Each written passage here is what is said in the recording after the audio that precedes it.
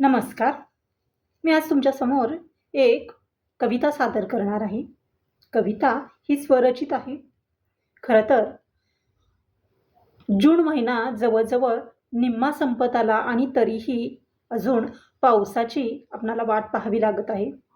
या पावसाकडे पाहिल्यावरती दुष्काळी भागामध्ये जे काही प्रश्न निर्माण होतात किंवा पावसाची वाट पाहताना शेतकऱ्याला जसं वाटतं ते वाटणं या कवितेतून मांडण्याचा मी एक प्रयत्न केलेला आहे.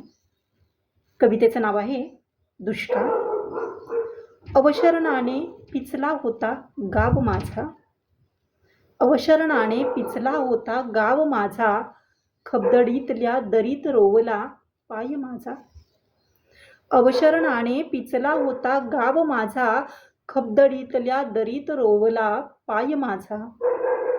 खरवडलेल्या ढेकळात ओला जीव माझा, खरवडलेल्या ढेकळात ओला जीव माझा, उन्हाच्या काहिलीत पेटला देह माझा.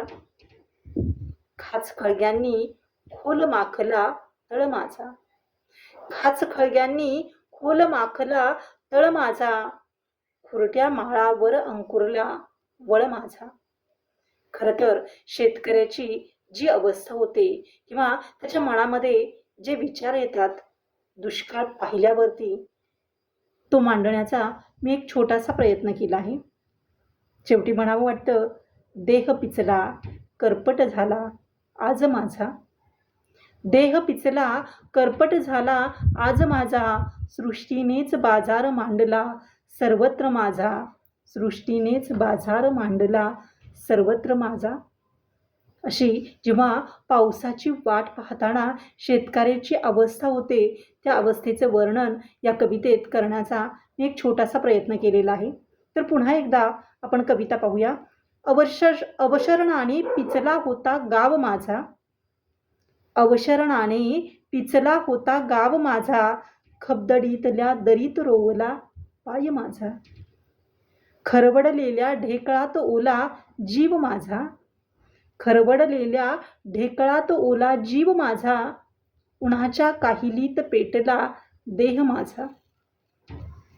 खाचखळग्यांनी खोल माखला तळ माझा, खाचखळग्यांनी खोल माखला तळ माझा, खुरट्या माळावर अंकुरला वळ माझा. देह पिचला करपट झाला आज माझा, देह पिचला करपट झाला आज माझा, सृष्टीनेच बाजार मांडला सर्वत्र माझा, सृष्टीनेच बाजार मांडला सर्वत्र माझा. अशा प्रकारे शेतकऱ्याच्या मनाची झालेली दयनीय अवस्था जी दुष्काळामुळे होते, ती अवस्था इथे मांडण्याचा मी एक छोटासा प्रयत्न केलेला आहे. तो तुम्हाला कसा वाटला ते तुम्ही नक्की कळवा. चला तर मग भेटूया पुन्हा एकदा नवीन अंतरंगासोबत. तोपर्यंत धन्यवाद.